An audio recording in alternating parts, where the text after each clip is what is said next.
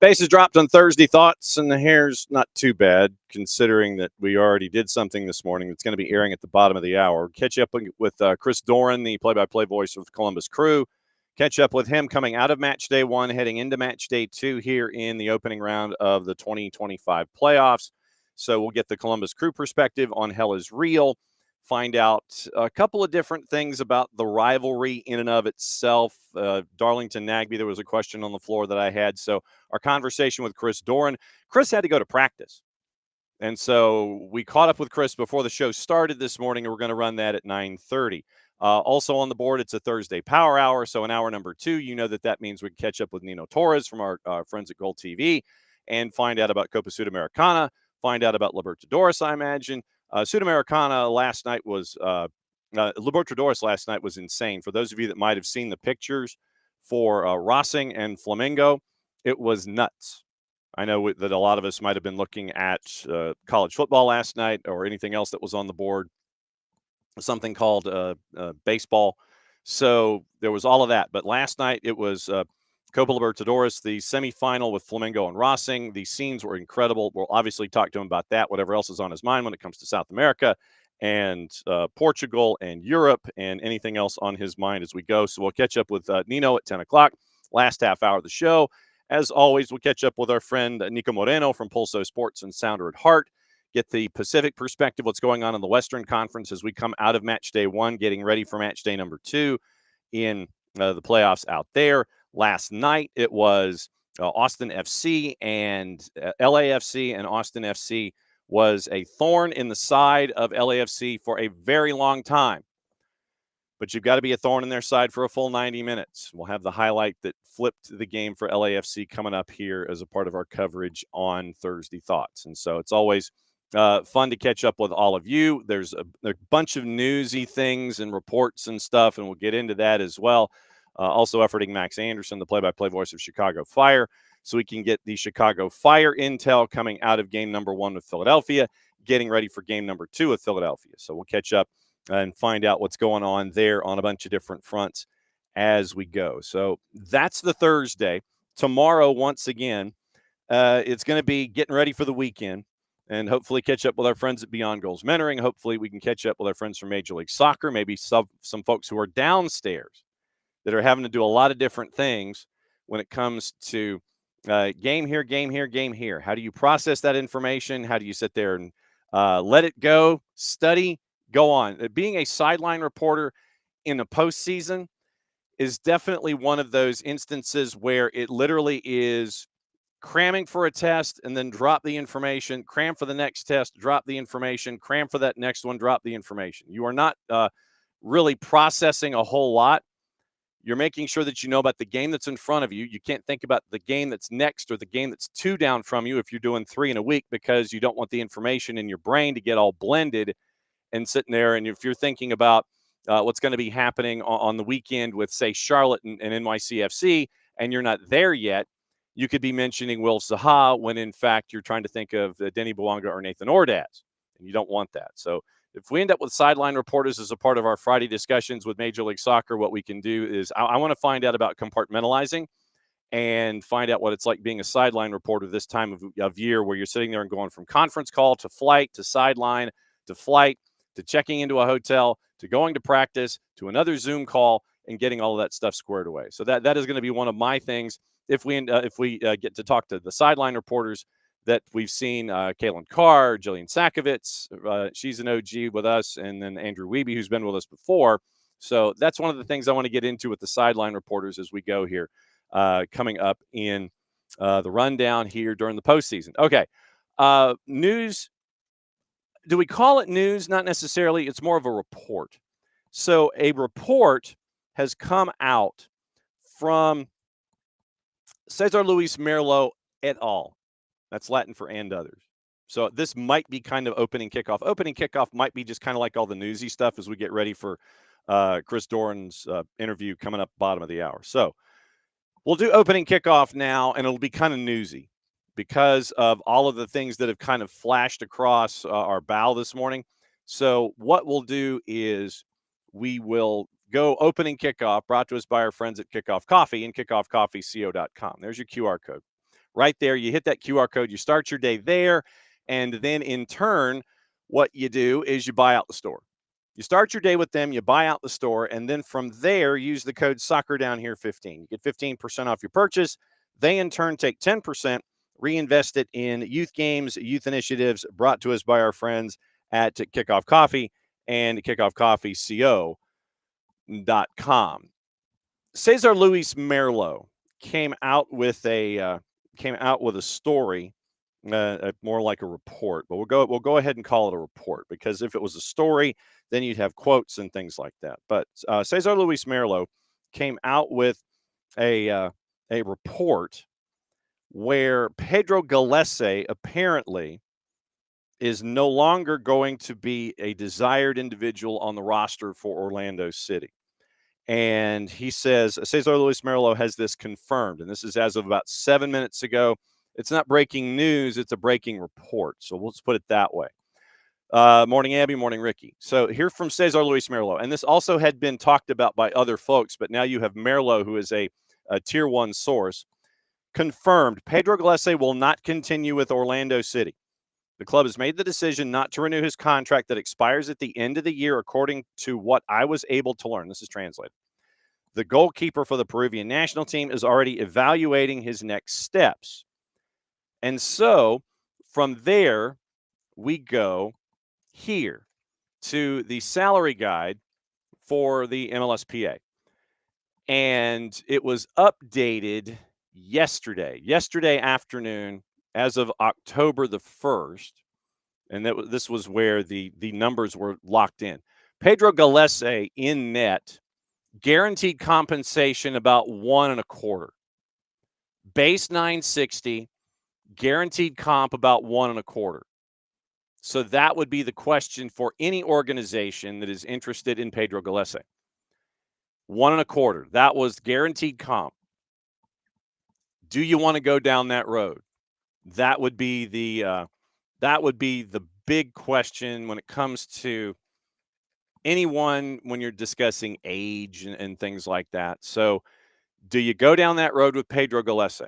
That would be the larger question in all of this. So Gallese in Orlando, as we go back and check the Orlando City salary breakdowns, and this is once again when they posted the numbers back in September having to do with Major League Soccer and GAM and such. So as it loads, you want something to load, and it's not going to load quickly. The club roster profiles from September are taking their own sweet time to load this morning. So nothing like sitting there and teasing something and then just having it slam right there in front of you where you can't talk about it. Anyway, so you got your GAM totals for each team and all this kind of stuff. Oh, great. You're loading and you're a PDF. And that's not what I'm looking for. So let me hit it again. Let me see if it loads faster when it comes to the there we go. Okay. So let's go down. Second time you load it, everything's fine. All right. So looking at Orlando's roster breakdown, being a TAM player was the designation for Pedro Gallese. He was TAM. He was high TAM, probably bought down, but his guaranteed comp was 1.25. Salary 960. Your DPs, Muriel Ojeda Pasalic, and you only had one U22. So they were on the 3-and-3 model. But TAM players, and Orlando's got a lot of questions actually coming out of the 25 season. Araujo, well, actually, let's go back. Angulo, option year for 26. Araujo, out of contract. Atuesta, option year for 26. Cartagena, unavailable. Once again, he's SEI, but he's out of contract. Gallese, out of contract. Robin Janssen, option year for 26. Alex Freeman, option year for 26. Fabian Loyola, option years 26 and 27.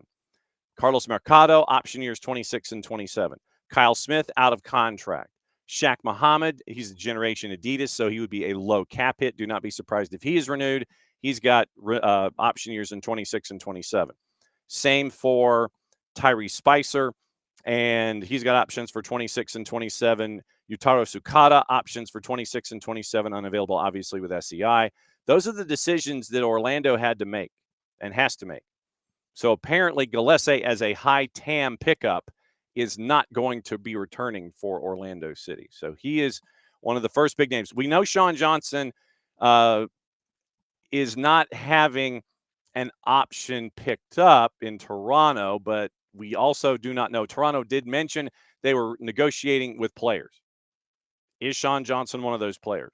So this could be the second big name keeper out in the ether for the 26 season. Sean Johnson looks that way, but like I said, we don't have the concrete, firm evidence that Toronto FC's done with him. He's not mentioned. Technically, he's an unperson with Toronto. But Pedro Gillespie, according to Cesar Luis Merlo, he is not in the future plans for Orlando City. So the purple team will be moving on from Pedro Gillespie, and they will find out what their keeper situation is going to be coming up in the next couple of months. Other couple of newsy things. The U17 World Cup in Qatar, they have a mascot, and his name is Boma.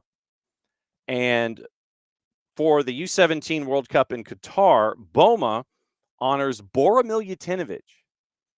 5 different national teams to 5 consecutive editions of the World Cup. One of them was the U.S. in 1994. Went on to make significant contributions to the development of Qatari football leading into the 22 tournament. So Bora has a mascot named after him. So the U17 mascot for the U17 World Cup is named Boma, November 3rd through the 27th, and it's named after Bora Miljutinovic. And I feel like now it should be the more you know. So the more you know. When you see the sunglass wearing a desert owl, Boma, it's after Bora Miljutinovic. Did not know that, but that came out this morning as well. So we'll keep an eye out for what's up with Bora and Boma and the U17 World Cup. Other couple of things, Gummy Bear Cup, we can get into that. That happened yesterday. Veljko Paunovic, he is now going to be in charge of the Serbian national team. Is that correct? Because that was named also this morning. Serbia naming Veljko Paunovic national team coach for the World Cup qualifiers. So Veljko Paunovic, he was named yesterday, or actually earlier today, following Dragan Stojkovic's resignation following the campaign. 36 caps for Serbia's U20s and led them to the 2015 World Cup final. Third place, Group K, 10.6 matches, and he's got a home and away with England, November 14 and 17. Serbia is seeking direct qualification or a playoff spot to the 26 tournament. Qualification chances still exist, and that's exactly, and this is from the federation themselves, and that's exactly why Veljko Paunovic, together with his expert staff, has accepted to lead the national team in the matches against England and Latvia. So it's a 4-match, it looks like it's a 4-match gig at the moment for Veljko Paunovic. He's going to be taking charge of everything involving the Serbian national team, and he and his staff over the next little bit. News on Michelle Agimang is not good, and it is that she is out for the foreseeable future. Brighton and Hove's women's side confirmed that she sustained a ruptured ACL in England's match against Australia on Tuesday, missing the remainder of the season. In contact with her parent club, Arsenal, will work together to determine a treatment and rehabilitation program for Michelle, and they send their best wishes for her recovery, well-being and foremost in all of their minds. So that is the 3 Lions getting that news on Michelle Agimang. It looked pretty nasty when she went down, and as it turns out, ruptured ACL, according to Brighton and Hove women, for one of the bright stars currently going on right now in all of soccer. Last night, it was Emma Sears, a hat trick in Kansas City, closing out the October window with a 6-0 win over the Kiwis, the least experienced starting 11 for the U.S. in 25 years. CPKC Stadium, USA played for the first time at the world's first ever stadium built for just a women's soccer team, home to the Kansas City Current. And the U.S. women's team scored their goals in a 3-2-1 grouping, according to U.S. Soccer. A hat trick from Emma Sears, brace from Kat Macario, first half golazo from Rose Lavelle. U.S. gets their 10th win of the year, 34 shots, 82% possession, 10 corners, 6 changes from the starting lineup 4 days ago in East Hartford.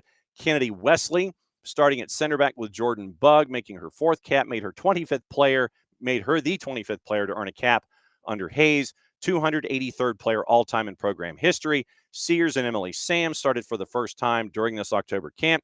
Macario and Lavelle, who connected for the team's goal 44 seconds in against Portugal, also earned the start. Lavelle captained the side for the 4th time in her career. 2 Kansas City current players started in the friendly, midfielder Claire Hutton and forward Michelle Cooper. Including Hutton, 5 players made their 2nd consecutive start. Lily Johannes, Bugg, Lily Real, and Claudia Dickey. Average number of caps per player heading into the match was 17.3, which is the fewest number on average since April 8th of 25 against Brazil. Lavelle had more caps, 114, than the rest of the lineup combined at 77. So your rundown. Sears from Cooper, Macario, Lavelle, Sears, Macario, Sears. 6-0. Entire back line had a total of 11 caps heading into the match. Sears gets her first international hat trick. Michelle Cooper assisted for her 2nd career international assist. 4th and 5th international goals of 2025 for Kat Macario, 12th and 13th of her career. Heaps comes on at halftime. She got the captain's armband from Lavelle. We mentioned Kennedy Wesley. 3rd clean sheet and 4 caps for Claudia Dickey. 6-0 margin is the largest in the series with New Zealand, longest active unbeaten streak against any opponent to 21 consecutive matches. 6 goals, most USWNT goals since April 12 of 22, when the U.S. scored 9 against Uzbekistan. Kat Macario had a brace in that one as well. And it was a Safir Stockman from Costa Rica was in the middle. Abigail Brathwaite, Denisha Isaacs, your ARs, and your 4th was Delia Bradley from Guatemala. 34-3 shots, 12-2 on target, 5 saves from New Zealand, 2, 10 corners to 1 for the U.S., 17 fouls, 9 to New Zealand, and 3 offside, 2 to the United States. And so that is the end of this particular window. U.S. heads to Florida to close out the year with 2 matches in the women's Euro against the Euros semifinalist Italy. First match Friday, November 28th. So after Thanksgiving, day after Thanksgiving in Central Florida. And then the 2 sides meet on Monday at the Erector Set, Monday, December 1st in Fort Lauderdale. So those are the last 2 matches of the calendar year. USWNT took care of business last night, and it was not that close. Like I said, we mentioned false salary data. Some guy named Messi is making north of $20 million a year, and he is number 1 on the list. Like I said, we'll get into what happened last night with Major League Soccer and the late game involving LAFC and Austin. We'll come up with that. Actually, tell you what, let's do that right now. Let's go ahead and discuss what happened last night, get over the stats and get into the things, and go let you know what's that. Once again, Chris Doran coming up in about 7 minutes. And we get the education on Columbus Crew, plus what's going on with match day 1, match day 2 in the Hell is Real playoff series. So we get an education on Crew, find out about what Chris thought about match day number 1, get you ready for match day number 2. Like, he was out the door. He was heading, right now he's on his way to practice. So our interview with Chris Doran coming up at the bottom of the hour. Okay, last night it was Austin hanging around for a while. Austin hung around for a while with our friends at LAFC, and it took, and John Gallagher got the equalizer in the match, but it took a late goal, later than late, to give LAFC as the 3 seed the win, and they were a prohibitive favorite. Austin, I believe, was a plus 619 to win in 90 minutes. So it was 1-1 as John Gallagher scored in the 63rd, 11 minutes to go. This moment happens. Keith and Mo on the call on Apple TV, and courtesy of them in Major League Soccer. Niko, you could point to the defensive work this season as something to build upon next year. Son driving at that defensive unit. Son gets it to Bouanga. That one takes a deflection. It's in. Odaz tucks it at the far post. Flag is still down for now. LAFC in front.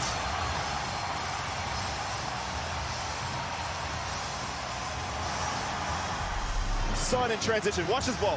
Takes out both midfielders, and now Son driving up that back line, holding off defenders. Good patience from Denny Bouanga. Now that slight deflection just takes it beyond Brad Stuber. You see the reaction from Nathan Odaz, because he makes a play on it thinking it might go beyond the post. It looks like he was in an onside position. Now they will check for sure to confirm that. But that's one of the best sequences we've seen from LAFC in the second half. The initial ball to cut out the defenders, to get Son on the ball on the half turn, running up that back line, and then the patience from Denny Bouanga. It was the reaction of Ordaz. He looked like... And that was Keith and Mo last night on Apple TV Plus, and letting you know what's going on there. So that was the rundown of that one goal. That was your winner, and it was 2-1. So LAFC gets the Duke there, and they take the 1-0. They take the series lead there. Once again, prohibitive favorite in that one. And once again, I'm apparently an idiot, because trying to send I know that's nothing new. Trying to send links to people, I thought I sent links and I didn't. I was like, okay, here's you'll see it, 9 something, and then of course John's an idiot, so nothing else is new. So he's finally sent the link to Max Anderson, and hopefully Max can join us for a couple of minutes before we get into the Chris Doran interview. So we'll push Chris back a little bit. We're still going to play it, and then we'll get Max in here to talk about Chicago Fire and turn it into a rapid fire education, because I thought I hit a link and I didn't. Nothing like hitting control, thinking that you hit Control V and you don't. So that's me. Hopefully efforting Max Anderson coming up here in just a bit, because I stink. Nothing else is new. All right, so 1-0 win for LAFC going up against Austin. And your stats on the night, it was 18 shots to 8, shots on target 5-2, and this is all LAFC in the ascendancy unless I tell you otherwise. 7 blocks for LAFC compared to 1 for Austin. Corners, 9 in the match, 8 to LAFC. Offsides, 3-2 to Austin. Brad Stuver had 4 saves, and Hugo Lloris, not really challenged, had 1 save on the night. 6 clearances, 4 to Austin. 27 fouls on the night. It was 17 fouls for LAFC compared to 10 for Austin FC. 3 yellows on the night, 2 for Austin and 1 for LAFC. Shooting breakdown once again, 2 goals compared to 1, 5 on target compared to 2, 5 off target compared to 3, and once again 7 compared to 1 when it comes to blocks on the night. So that's your rundown there when it comes to Austin FC and LAFC. What happened late last night after the World Series game? You might have heard about that one. So that's the rundown when it comes to the schedule so far. And so I believe, yes, we are off for the rest of the week. Then you have the 5 matches on Saturday. It is 3:30, 5:30, 7:30, and 2 at 9:30. And it is NYC hosting Charlotte, chance to close them out. Chicago and Philly. That one, I think it's going to go 3. I think that Chicago takes care of business in match day 2 at 5:30 on Saturday. Messi and friends travel to Geodis to take on Nashville SC. Providence Park has Portland and San Diego. I think San Diego gets that one done. We'll go over juice boxes and previews tomorrow. Dallas and Vancouver. That one is at 9:30. All of those are on MLS Season Pass and Apple TV. And in Frisco, 8:30 local time start. Vancouver goes on the road to Dallas. I think Vancouver gets that one done. Columbus and Cincinnati, hell is real. I think that one ends up going to match day number 3. That's the early game on Sunday. And then the late game on Sunday, 8:45, which to me means 8:55. It is Season Pass, Apple TV, FS1, and Fox Deportes for match day number 2 at Q2. Austin and LAFC. I think LAFC takes care of business there. And then it is all taken care of, and it's all done. That's my guess. That's what my gut is. I think LAFC gets it done. I think Columbus and Cincy goes 3. I think Vancouver gets it done. I think San Diego gets it done. I think Nashville forces a game 3. I think Chicago forces a game 3. I think NYC gets it done. Like I said, that's just me. That's where I am. That's 7 of the 8. So which one am I missing? Which one of these am I missing? So if it's 7 of the 8, which one is not in the Sunday and Saturday run? Oh, Minnesota and Seattle. I think Seattle forces that one to a game 3 series as well. So we'll have that one at the beginning of next week, but we'll talk about it with our buddy Niko Moreno coming up in short order. So that's the rundown of all of that. So that's what we know when it comes to all of this stuff and Major League Soccer. Let me see if there's anything else that we have going on this morning in a news sense. Like I said, once again, remember, we've got Chris Doran. That one's in the queue. We have Niko Moreno at 10:30. We've got Nino Torres coming up at 10 o'clock. And so we might, slide some stuff here to get everybody in this morning. And we'll find out what the latest is in and around all the things when it comes to Major League Soccer and all of the stuff going on. Oh, Gummy Bear Cup. I didn't mention that. Yesterday in England, it was a bit chaotic. Enzo Maresca was not happy with what happened in his matchup yesterday in the Gummy Bear Cup. It was a 7-goal batch of chaos. Liam Delap gets 2 yellows, ends up with a red, and then that means that he's not going to be available on the weekend. Chelsea, a 7-goal thriller with Wolves. I never thought you would ever have that in a sentence. Chelsea gets the win 4-3 at a -109. Manchester City eventually takes care of business, beating Swansea 3-1 at a -588. Crystal Palace beats Liverpool. It was a heavily rotated side, and Liverpool gets the loss 3-0. Crystal Palace goes into Anfield, gets the win at a +110. And now they've lost 5 in a row in all competitions across the board. So we'll see what happens there. Arsenal and Brighton, what's the chaos going to be like with Liverpool? But once again, remember, rotated side. You're in the midweek. It's the Carabao Cup. It's the Gummy Bear Cup. You're getting ready for the weekend. So we'll see what happens there. Arsenal 2-0 over Brighton. Newcastle 2-0 over Tottenham. Now, I'm an idiot. I'm a true moron because I thought I sent a link to Max Anderson, and I didn't. So I officially stink as an individual. So let me bring Max in, audio only, and if we have video to pop up, then we'll go. Max, I suck. John, you're all good, my man. I thought I hit Control V and I didn't, and I was like, well, and you email, and it's like I haven't seen a link, and I thought, I swear to God, I sent the link, but no, it was a Control V. All good. I'm sitting here itching to get some takes off and some thoughts about the first round, and I thought you were cutting me off, John. No, I suck. I just hit Control V. Max all Anderson, good, my man. Play-by-play voice. Yes. Hit it. So what's up? You got a what? You got a bail by when? No, I've got about 20 minutes now, but I had to get on the move, so that's why I'm not going to be on video. No worries, it's all good. All right, so my first question for you, sir, is this: what was Orhel thinking, running all the way from Des Moines into the frame to knock down Kai Wagner?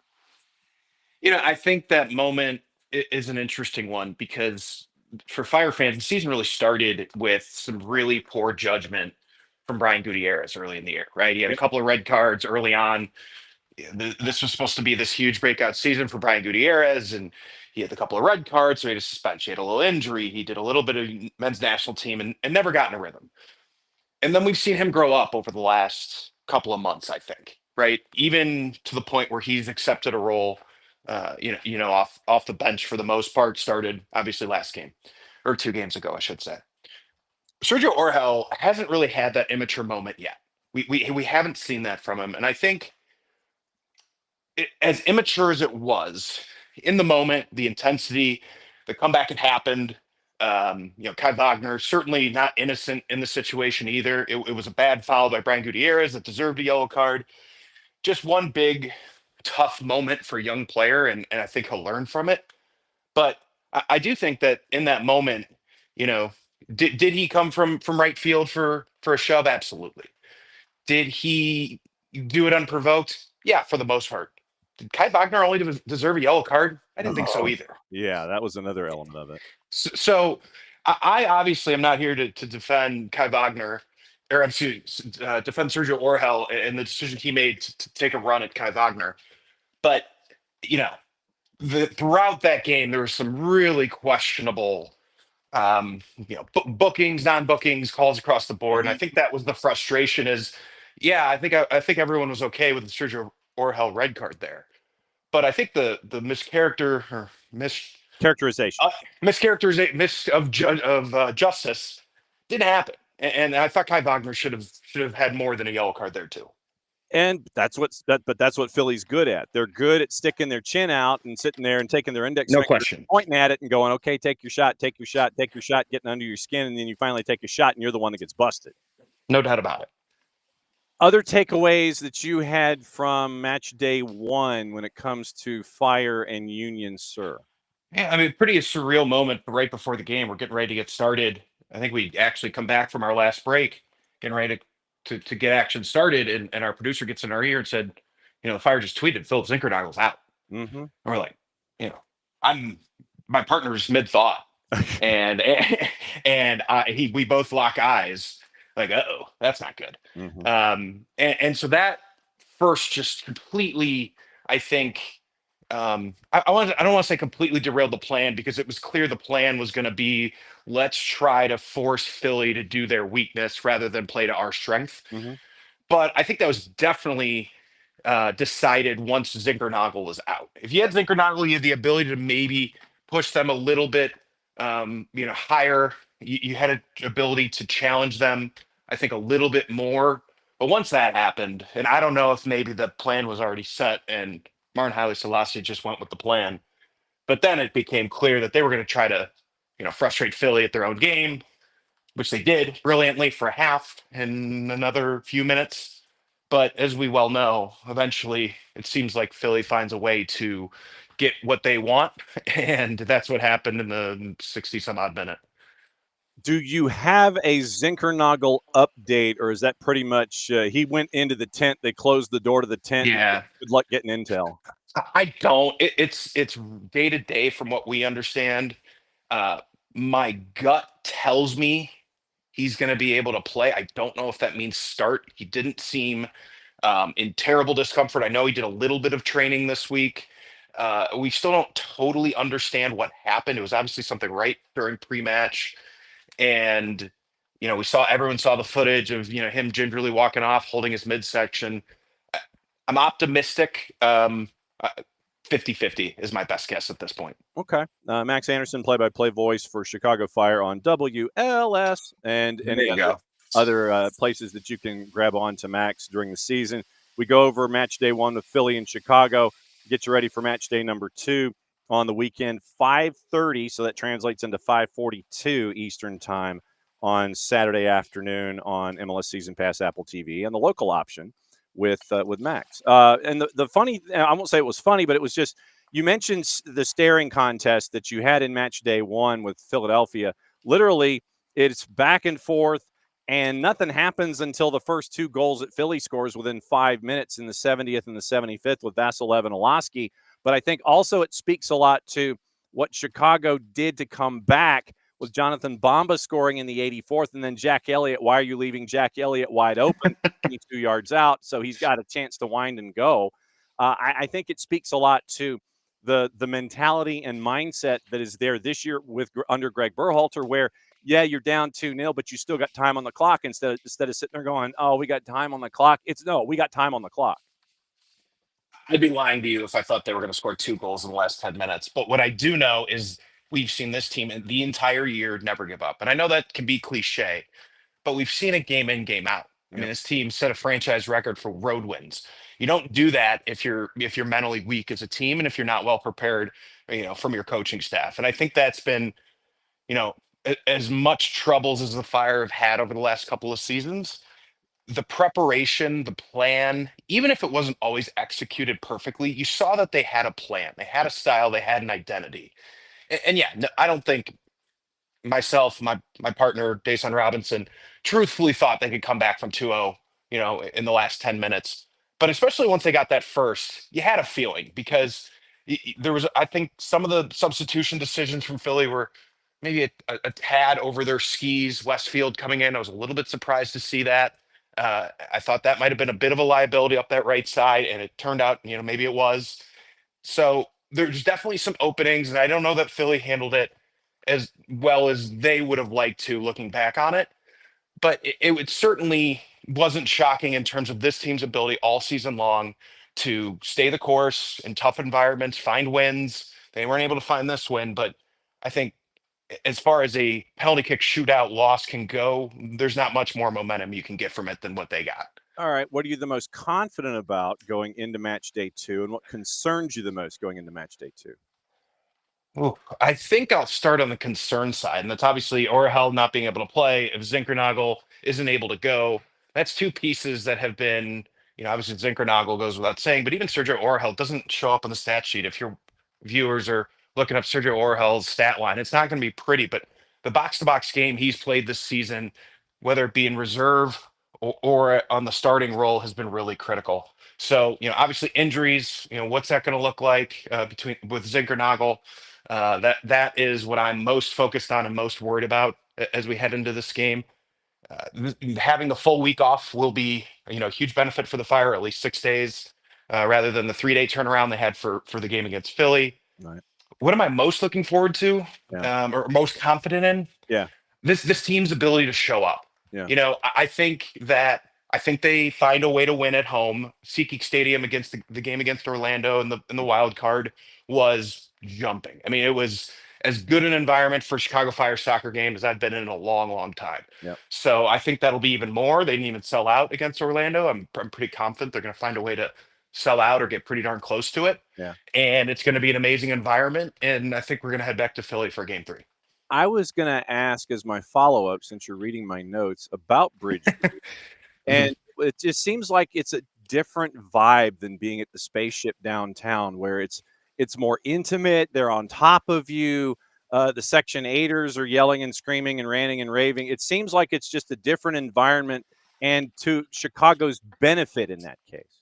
Yeah, I don't think there's any question. I mean, you nailed it. The way that the supporters are right on top of you, it can be a little disconcerting. It could be, a little bit loud. I mean, compared to Soldier Field, which can be a little bit cavernous, right? Even on average, they're getting 20 to 22,000 fans, but that's a 62,000 seat stadium. I mean, there's just no way to sound, as electric as you do with Bridgeview, and the way that stadium caverns a little bit more and closes up a little bit more. They've got the big video board on one side that kind of keeps some noise in. So it's been, controversial among the fan base. The Bridgeview Stadium, it's kind of out of the way. It's Bridgeview is to Chicago as Chester, Pennsylvania, kind of is to Philadelphia. Right. And they're building this new stadium the next couple of years. It's tremendously exciting, and hopefully I'm still lucky enough to be calling games when that comes. But Bridgeview has this unique, you show up and go play soccer feel to it. It's kind of in the middle of nowhere. It's kind of hard to get to for a lot of fans. And you get there and you're kind of trapped into 90 minutes of noise, and the playing surface, we'll see. It's been hit or miss at times, especially at this time of the year. So there's going to be some interesting variables come Saturday night. Okay. So my first question is, what are you up to on Tuesday morning? I think I'm coming on your show, aren't I? Yes, you are. Just we'll figure out the time slot. Tuesday's pretty much wide open. So if you want to bet leadoff Tuesday morning, you can. Sure. 9:30 Eastern, whatever. We'll figure it out. Sure. All right. For folks that want to listen to you on the local option, how do they do it? WLS. I believe if you're out of market, you can stream it on WLS890.com. I can't remember, because this is a late scheduled broadcast, whether it's going to be on live FM or if it's just on the stream. But certainly you'll find Max and Desan on the call for the Fire, and hopefully we're heading back to Chester, Pennsylvania for game 3. I think that would be good for the sport, for the city, for the fan base, and regardless what would happen there, I think tremendously successful season, and the Fire kind of think are playing with house money at this point. You got it. All right. We will see you Tuesday morning, and we will catch up with you Tuesday morning. Have a hell of a call. We'll catch up with you, and we'll be listening and watching, and we'll see you next week. Thanks, John. Good to talk to you. There goes Max Anderson. He is play-by-play for Chicago Fire on WLS. And so that's the rundown for that. All right, let's go to Chris Doran quickly. And then after that, it's going to be rapid fire. We're going to talk to Nino Torres a little after 10 o'clock. We'll get Niko Moreno around 10:30, last half hour of the show. Here's our conversation with Chris Doran, getting everything ready for Columbus, match day 2. Hell is real.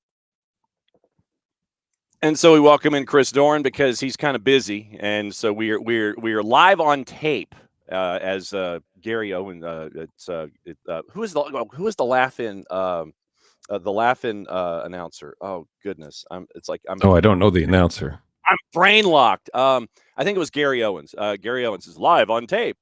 So that's where we are. First off, thank you for doing this, especially as you're heading into practice this morning, because you have a game 2 to prepare for Hell is Real, the postseason edition.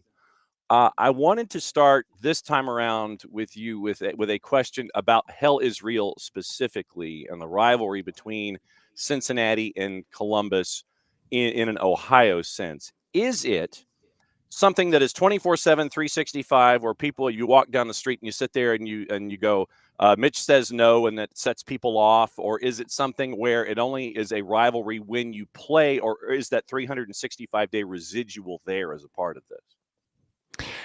John, first of all, thanks for having me on the show. Secondly, it's a really great question because when you speak to a native Ohioan, there is generally an undertone of, it's certainly not hatred. It's not jealousy. It may be born out of jealousy, but it's certainly a disdain that exists between the two cities. And so if it's the middle of February and folks are all huddled up and Columbus gets 7 inches of snow and Cincinnati gets light rain, the people in Columbus are probably upset because they're getting the short end of the stick, albeit longer measurement of snow to have to deal with on the commute. But other than that, the height of the competitive level between these two cities and these two teams, believe it or not, is only realized in the Cincinnati Columbus Hell is Real soccer derby, because the colleges don't play one another, other than maybe some Olympic sports where Xavier may play Ohio State, but you never see UC Cincinnati playing Ohio State football. Ohio State doesn't have time for UC Cincinnati and would just as soon tell you that UC Cincinnati can't hang with them anyway. So there is that. But when we get around Hell is Real, which is twice during the regular season, as you know, and uniquely now in the postseason, there's a lot of spirit between the two teams, between the supporters groups and between the cities in general. Game one, Cincinnati gets the 1-0 win. Kevin Denke scores with about 12 to go. Now that you've had a couple days to kind of digest what those of us outside the state of Ohio were thinking Hell is Real was going to be. It was going to be a 15-round heavyweight fight, and I just dated myself with that reference. We figured it was going to be just taking swings at each other, and it was going to be low scoring, and goalless draw would not have been a surprise. Now that you've had a couple days to digest match day one, what has stuck in your head? Well, you're a play-by-play guy, so you can appreciate this. I got about midway through the first half, and I felt fresh as a play-by-play announcer. And what I mean by that is that the game unfolded at such a delightful pace tactically that you were able to, as an announcer, identify every touch and follow the 20-yard pass, and then follow and describe the chance that was just unfolding in front of you, and still feel like you had a breath. So what I really appreciated about Monday night was that the game tactically was so sound from both teams. And we were reminded by the 1-0 score line that the margins in the postseason oftentimes are very, very thin. And it was Kevin Denke who was able to get at the end of a loose ball inside the 6, and he was by himself. And 1v1 with Kevin Denke, you're not going to win a lot of those. And Patrick Schulte did what he could, but he was not going to be able to smother that chance. So what I really appreciated about the game was the tactical soundness from both. What I think it does for game two is it challenges both coaches, and particularly both squads, to find that extra something that the opponent's not expecting, which makes Sunday's matchup at lower.com feel that much more intriguing, because we will have some personnel adjustments on both sides of the ball as players are coming out of injury phases and available for selection. And beyond that, we're in a different environment. Now, Cincinnati has got a little bit of heat on their shoulders, and Columbus has got some pressure too. They always knew that they had to win game two. Now it's a do or die situation Sunday night. You mentioned the lineup adjustments, the starting 11 for Crew last time out, Schulte in net, and we'll phrase it like as a back three, and we'll work our way forward, 3-4-2-1. Amundsen, Zawadzki, Morera, then the 4 in front of them, Max Arston, Darlington Nagbe, Chambois, Herrera, Lapalainen, Diego Rossi, and Picard up top. When you I'm looking at Lassi Lapalainen as one, I'm looking at Picard as one. when it comes to possibly coming off the bench instead of starting? What intel, if any, do you have? What are you staring at possibly for changes? Well, I think you identified, probably where a change could take place. Lassi Lappalainen has started the last 3 games, and in the previous 2, which were the last 2 regular season matches, he and Andres Herrera connected to score goals in the early going of both of those matches. You kind of have to go with that hot hand to start in game 1 of this best of 3 series. What that means, though, is that Daniel Gazdag, a designated player who's Philadelphia's leading goal scorer of all time, is on the bench.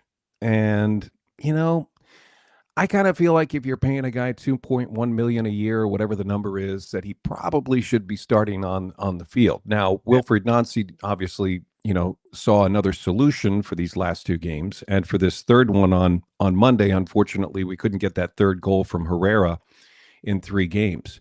I like Lappalainen. I don't know that he's a starter when we get to game 2 on Sunday. If he is, it's not going to surprise me. If he's not, that could be the wrinkle that I'm talking about, where I think Wilfried Nancy has got to pull out something that maybe Pat Noonan's not expecting in this second game. And there are ample ways to fill that spot. Gazdag is one of them, especially given what you've seen from Cincinnati on Monday night and knowing what their limitations may be in terms of personnel. Perhaps Gazdag in a different way makes more sense. The other option I think you have is Ibrahim Aliou. Now, he's not exactly the ball control guy that Andres Herrera is, but Aliou is both a front runner as well as a winger. And if he were to step in on the flank, he would cause a lot of problems in terms of keeping Cincinnati in check and away from buildup into the attack on the wings to more of a defensive posture on the wings. Are there any secrets this time of year? And I mean, it could be, it could be philosophy, could be lineup, could be positioning, could be, watering the grass. Are there any secrets, or did pretty much everybody know what could be any kind of an alternate when it comes to an approach for a match day 2 where it is a do or die? That's a really great question, John. I know you followed teams for years. You know what coaches go through in terms of forming an identity with their team. These MLS coaches have got 34 games, make it 39 weeks in a season. You add preseason to that, they're trying to form an identity with the squad. By golly, I mean, there shouldn't be any secrets in terms of who you are by the time you get to this time of the year. There's always talk in the league about how when you get to this moment where these are really big moments, I mean, one after another within a 90-minute framework, that your best players are the ones that really need to shine. That's why I'm leaning more towards a Gazdag start on Sunday. He is one of the best players on the roster. Diego Rossi should be 100% by Sunday. And I think, Darlington Nagbe is going to do Darlington Nagbe. And I think you've got a great core there. Patrick Schulte played really, really well. So you're really leaning on that group of players who not only got you to where you are today, but were a part of the series that got them to the 2023 MLS Cup a couple of years ago. We had 12 players on the roster in that Eastern Conference final against Cincinnati in December of 2023 who are still on the roster today. 6 of them were starters. Now, that's half the story, or I should say twice as much the story as it is for Cincinnati. This is pretty much a retooled Cincinnati squad since we met them 2 years ago in the postseason. But this is really a talented group from Cincinnati. So it's going to take some special performances. It'll take a little bit of extra from everybody to get over the hump, whether it's Cincinnati beating Columbus or it's the Crew forcing a game 3. And we should see it from the special players that are on the roster. For Wilfried Nancy, he says every player is special. So you never know where the moment's going to come from. But it's got to lead to a goal or 2 in order to get to game 3. Chris Doran here hanging out with us for the intel for post-game 1, pre-game 2. They're the early game on Sunday, listed at 6:30, which I believe translates into 6:42 in the postseason, Eastern time. Nicely done. I was me and math in the morning, brother. That is 2 things that do not mix at all. MLS Season Pass and Apple TV, and we will catch up with Chris at the end and find out, for those that want to listen to Chris on the local option side, how to do that. Since you mentioned Darlington Nagbe, let me go down this road a second. When it comes to Darlington, is he still, and I will throw a couple of adjectives out here, and I don't know which one fits, and maybe you can help. Is he underreported, underappreciated? Is it the three bears and the three beds where it's just right? I mean, I've always thought that Darlington has just always been underreported, if not underappreciated, because he's not about sitting there and standing on the pulpit and sitting there going, hey, look at me, I'm an incredible player. Maybe does his quietness relate to the proportion of coverage that he gets and how underappreciated he may be? Yeah, I think it's a great question. I think you know a little bit about how Darlington behaves. And so, putting the spotlight on himself, excuse me, is just not something that he does. Yeah. I would also say that it has to do with the role that he plays on the team. That 6 role in the midfield, killing plays, changing direction, moving the ball from side to side. That's not a high-profile position on any team. And Darlington does a really great job of fulfilling those responsibilities and allowing the other guys to step into the limelight. I think that it has fit his personality that he has become less of a 10 over time from his years in Portland, less of an 8 that he was in Atlanta, and now more of a 6 as he is in Columbus, because he's realized that, hey, I'm 35 years old. There are younger guys who can do this, but I still have a place, and he's been able to fulfill it. Now, that's just Darlington, the player. When you talk about Darlington, the human being, there isn't a person I spoke with when I recapped his career a couple of weeks ago who had any ounce of negative feedback on who he is as a person. It's the kind of thing that you want people to say about you while you're alive, not after you've passed. He's 35 with a beautiful family, a big, bright future ahead of him, God willing. And he has fulfilled this chapter in his life, and he recognizes that. There's an option for the club to pick him up next year on his contract. So it's not like he's being pushed out the door. He decided mid-July that it was time for him to wrap it up, and wanted to spend more time at home with his family. What he chooses to do beyond that is completely up to him. We can be selfish as soccer people and say, certainly hope that it's a part of the soccer world because he has so much to offer, but it could be something else. Who knows? It doesn't surprise me that he doesn't get the headlines. I can tell you this as a Crew fan over the last several years, and the 6 years, of course, that he's been in Columbus, in games when he has not been there, I have said, we can't do this without Darlington in the middle. And when he's there, I may not mention his name until he gets fouled, so I feel bad about that, but on the same side of things, that's just the way he plays the game, and it's how he fulfills his responsibilities. He's a terrific guy. He really is. The Crew's been lucky to have him. It almost sounds like Darlington would be the soccer equivalent of an offensive lineman when it comes to tackle football. Of course, we could say tackle football would apply to soccer too, where you only mention him when something either good happens, hey, look at that kick out block to get this big gain and a first down, or when something bad happens, hey, there's a penalty and a false start. It almost seems like it's that same kind of mentality when we're discussing someone like Darlington Nagbe. Yeah, it kind of does. And, one of the things in talking with Caleb Porter, who was his coach in Akron and then in Portland, they won the 2015 MLS Cup together. And then here in Columbus, when they won in 2020, one of the things that Coach Porter said about Darlington that still rings true from his days in Akron is that he knows how to bring the best out of people around him, and he has an expectation from the people around him. And in that expectation is born a relationship between Darlington, the 35-year-old captain, and say Taha Habrun, who's a 19-year-old on the first team, or Tristan Brown, a 17-year-old on the first team.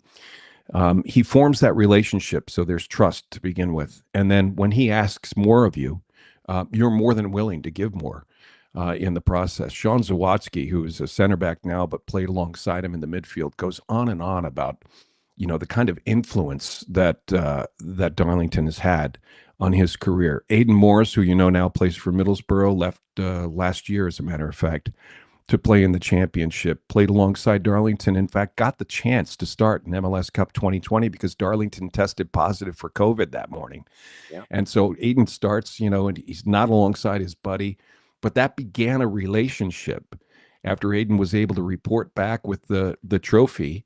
In 2021, the two of them came out of the box and they were just like buddy. I mean, I wouldn't even say father son, although there was a significant age difference. It was like they were long lost friends, and they played together for a couple of years together and were able to win that 2023 MLS Cup finally, both on the field at the same time. Yeah, Darlington's a guy that the sport's going to miss, not just the club. And I'm so happy that Atlanta got a chance to have him for a few trophies. I'm glad Portland was able to come out of the early years of MLS existence and enjoy a cup with him as well. And I think he's going to call Ohio his home. They're very comfortable here, so we should be blessed to have him around for a long time. I just had this vision of Tango and Cash starring Aiden Morris and Darlington Nagbe now. That's perfect. What concerns you the most about match day 2 from a crew perspective, and what are you the most confident about heading into match day 2 for Hell is Real, the postseason version? Well, I think both teams have answered my question about managing the emotion of the Hell is Real Derby in the postseason. There was a tremendous amount of buildup into that Eastern Conference final in 2023. And I was afraid the doors were going to get blown open with, early fouls and, just a lot of blustery play. But we didn't see that on Monday night. I don't think we're going to see it on Sunday night. So no concern about handling the emotion of the rivalry within the confines of a playoff format. From Cincinnati's standpoint, they're deep and they're going to be a little bit more fresh, I think, in terms of personnel. There may be some guys who are available for selection on Sunday who were not available to Pat Noonan on Monday night. And that dynamic of inserting someone different, especially like a Luca Orejano, for example, I feel like it could be a little bit of a surprise. It'll take us some time to handle and adjust to that. And will that time to adjust become just another part of what eats away at the 90-minute clock and leaves Columbus only with a few chances? For Columbus, they've got to come out and they have nothing to lose. They have to come out and they have to fight. And I think they have to become a little bit more of a stinker in the series. And what I mean by that is we saw, and you saw it with Atlanta United a few years ago, you've got to be difficult to play against. You have to manage the game. You have to, you got to make some contact, keep it clean. Don't hurt anybody. That's not what we're asking, but you have to be, as coach says, disgusting to play against. And so you have to, I think, go back to what it took to beat Tigres down in Mexico, what it took to battle Pachuca in the final, what it took to beat Monterrey in Monterrey from a year ago, and use some of that CONCACAF-like soccer approach to get past Cincinnati without losing your playing identity on Sunday night to force that game 3. Disgusting to play against. I've got to file that one away. That is awesome. That's Wilfried Nancy. I love it. And we are Wilfried Nancy fans when it comes to what he has done for the sport and for Major League Soccer. If you would please, sir, please cut the promo and let everybody know how they can listen to you and the presentation that you will have starting at, earlier than 6:42, but game time 6:42 on Sunday. How do they get to listen to you, sir? Well, John, thanks for the opportunity. And again, love talking to you guys on Soccer Down Under, down here. I beg your pardon. It could be Australian. Who knows? Yeah, well, hey, we've done Australian stories. It's all good. We'd love to have you guys join us. We're going to do a pregame show. It starts at 6 on iHeartRadio. And then right around 6:41, Apple Television is going to take our feed and put us on with the picture from lower.com field. You can find that on your volume adjustment remote and switch over to the home radio feed. Then we'll do the post-game show for folks driving home or those of you working late, and look forward to calling a crew win on Sunday night from lower.com field. As always, my friend, it's great to see you, and I know that you've got to head to practice, so take warm beverages and dress warmly with all of the fleece that is necessary to continue to watch what's going on there with the crew. Great to see you, my friend. Do not be a stranger. We'll catch up soon. Thank you, brother.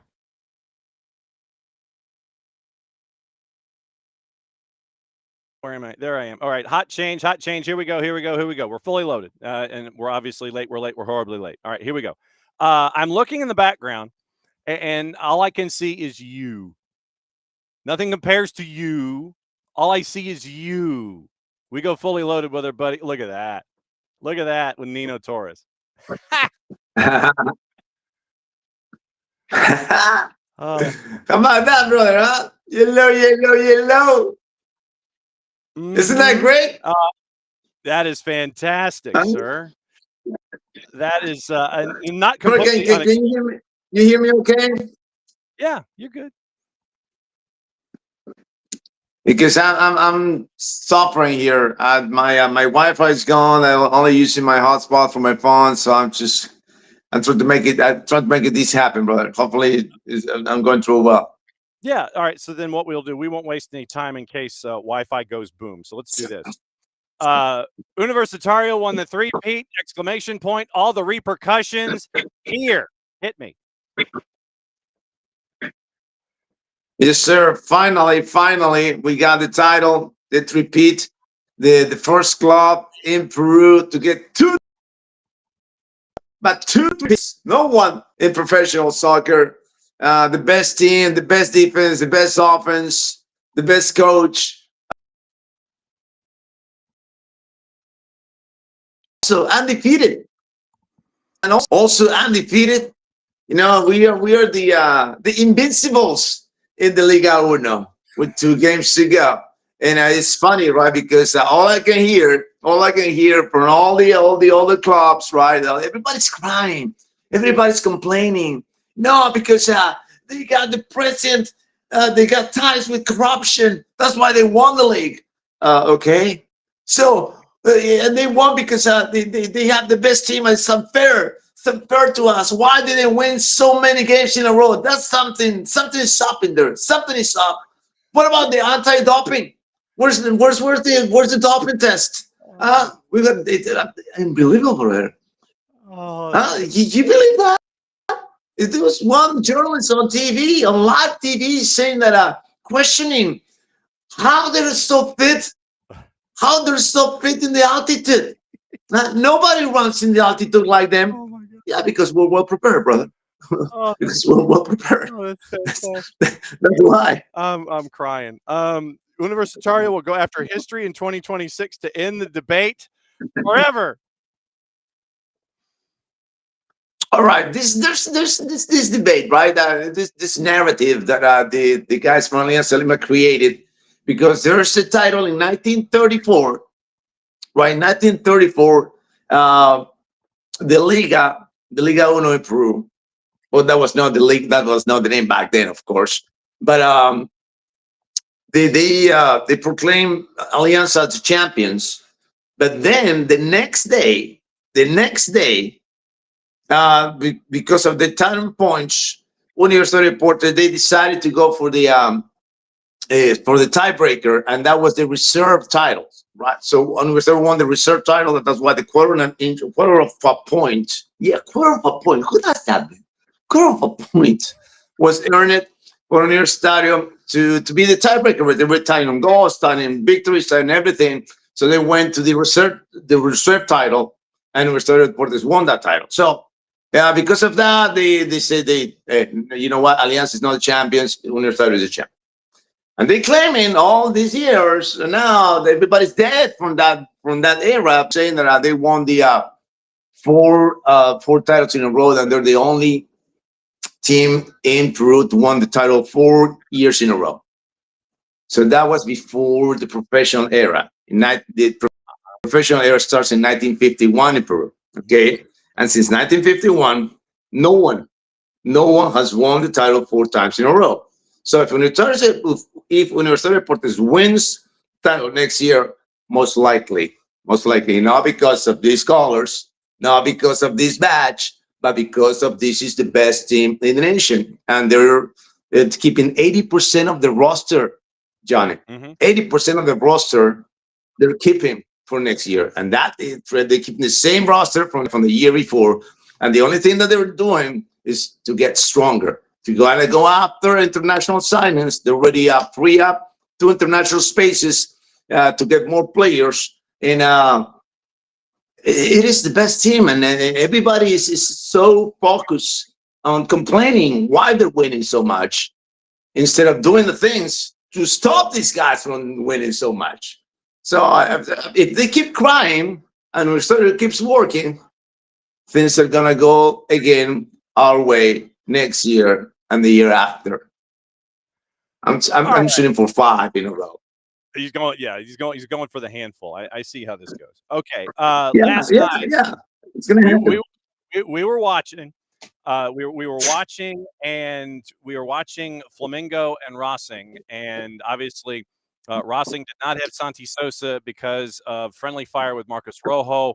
Santi was on the bench, and he looked like he went 15 rounds with Joe Palooka. I mean, it was black eye all around. He had the bandage. He was wearing the hat on the sidelines. You know, he was there with his teammates.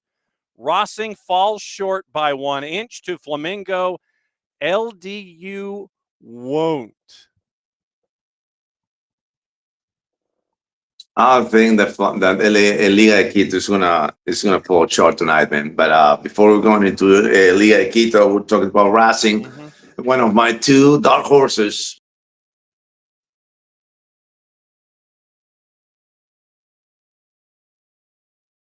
So we're fighting Wi-Fi here in hotspots in Peru this morning. That's why it's a little shaky with Nino. Nino traditionally has his internet, but his internet's being moody, and so he's on a hotspot in Lima, Peru. That's the dedication to craft that we have here, and it wouldn't surprise me if he logged back out and logged back in. We're kind of doing it rapid fire because I would anticipate that this is costing him a fortune to do this. So I'm, like I said, that's why I'm trying to do it a little faster than normal than we traditionally have with Nino when we go fully loaded. So last night it was Racing and it was Flamengo. There we go. There he is. All right, hit me. There we go. Right, we got you. We're back. All right, we're back. Go for it. All right. Yeah, all right. Man, we're back. Jesus, Lord. All right. So Racing last night, the game changed after the red card. Game changed after the red card, which, by the way, was the most ridiculous red card that I've seen in my life. The most ridiculous one. All right. You watching, Johnny? You watch the game? Oh, yeah. We're watching the fireworks and everything, brother. But what about that red card? He didn't do anything. He was just like, he did this. Like, get out of my way. He didn't punch him. He didn't do anything like that. And then the worst part is that they didn't go for the review. The ref didn't go and check it. Why? Why they didn't do it? It's just ridiculous, right? And but Racing, the goalie was everything last night, man. Rossi was everything last night. To be honest, Racing, they should have won that game. They should have, but and it's not what it should be. It's what it is. So, and then what it was is that Rossi was the MVP of the night for Flamengo, and I feel sad, I feel sad because he was just all with pride, with effort, with hustle from Racing. Not too much soccer, not too much, because Flamengo was just one strong unit. And when I saw Bruno Enrique entering the pitch, I was like, oh boy, here comes the Gazelle. Here comes the Gazelle. One counter attack, that's all they needed to take Racing down. And they were almost got it, but it should have been a red card for I think it was I don't know who it was to stop Bruno Enrique, like a tackle, like a rugby tackle. I mean, I know he was not going straight to the goal, but once he crosses that halfway line, there's nobody to stop him. So he could have, but they didn't show the red card. It should have been a red card. It should have been 10-10. And then the referee was so eager to show a red card to Racing. He wanted to show a red card to Racing. And he did. He showed it to Rocco. But then they're like, oh, buddy, come over here. Come over here. Check the monitor. That's not an elbow. Okay. That's nothing. Okay. So, and I'm sorry there for Racing. It was, and it's not that Flamengo was the better team in the series. It was not the better team in the series. It was a very, very open series between the two. It could have gone either way, and it went the Flamengo's way. So Afogao will be in the finals. But tonight, my Ecuadorians will go for revenge. They will revenge for us for Universidad Deportes. Take down Palmeiras, Liga de Quito. Come on, take down Palmeiras. Best defense in the entire tournament in Liga de Quito. Now going serious, right? Not just fan talking here. It's the best defense in the tournament. There's no question. They only conceded one goal since the knockout stage. One goal. Okay, so. And you know what it is, right? Defenses win you championships, and I'm pretty sure that they're gonna show up tonight. And I'm gonna say Palmeiras is gonna win tonight, right? Yeah, that's no doubt. Yeah. Palmeiras is gonna win the game tonight, but it's not gonna be enough. I think that they're gonna fall short. It's gonna be like 2-1, 1-0. Something on that sort, and I think the Liga de Quito will score one goal and one goal only tonight to make the things even more difficult for Palmeiras tonight in Sao Paulo. So I don't know about you, but I'm going with Liga de Quito tonight. What are the odds saying, Johnny? Hit me with the numbers. What are the odds? So how much is Palmeiras paying? One tonight. To win just the match, not the series, but to win the match tonight. Tonight, Palmeiras is a minus 526 to win the match. Liga de Quito is a plus. Yeah, I mean that's. Yeah, I'm not touching it. Plus to a 90-minute draw tonight only, plus 535. Liga de Quito to win tonight outright is a plus 1200. Enjoy the match. Don't touch it. Don't touch it. And then you got brother. You got yeah. Don't do it. You got Sudamericana tonight also. Lanús and Universidad de Chile. Lanús is slightly favored at a minus 127 too. Yeah, and they're playing at home tonight, right? So Lanús plays at home tonight, right? Yep, Lanús is at home tonight. University. Okay. Yeah, so Lanús for me. I got to go there with the Sudamericana without question. I'm gonna take Lanús in that one for sure, man. Okay. For sure. All right. I think that yeah. I'm right there with you. We got two more topics, and I don't want to burn a hole in your wallet with your Wi-Fi. So here we go. The curse is over for Peñarol, and he does this in all caps, by the way. So obviously this is big stuff. The curse is over for Peñarol. Please explain. So since the Copa Uruguay was created back in 2022, Peñarol didn't even reach the finals in all 4 tournaments. Nothing, zero, nada for Peñarol. The Defensor won all 3 championships, 22, 23, 24. And Peñarol took down Defensor this year and reached the finals to meet Plaza Colonia in the finals for the first time ever for the Pata Blanca at the Centenario. And it was a rough game for Peñarol. You know, Plaza Colonia is fighting to avoid relegation. But they have the king. They have the king Leo Fernandez, the king of the set pieces for the Carboneros. But he was crazy, right? Because he was trying to do too much. He was going 35 yarders, 40 yarders. Brother, I know you got power, but I mean, you gotta get a little bit closer, right? For these set pieces. And he was hitting him. I mean, he was hitting on target those shots. But 40 yards away, it's even for it's a long distance. So in the end, he ended up scoring a goal to open the count for Peñarol from the run of play with a right footer from Leo Fernandez, who's a lefty, and that was when he scored. I was like, all right, this guy with the right foot from the run of play, not from a set piece. It's meant to be. It's meant to be. That's what I said on the broadcast last night. And then Diego Aguirre makes 2 substitutions. He takes out Matias Cerezo, who was not having a good night last night. But I love him to death. This is one of my favorite strikers in Uruguay. And he put a defender on Gaston Silva and Remedy, who is a center mid, a defensive center mid for Peñarol. I was like, what are you doing, bro? Are you defending your lead with 15 minutes to go against a team that is playing to avoid relegation? And you're Peñarol? You really?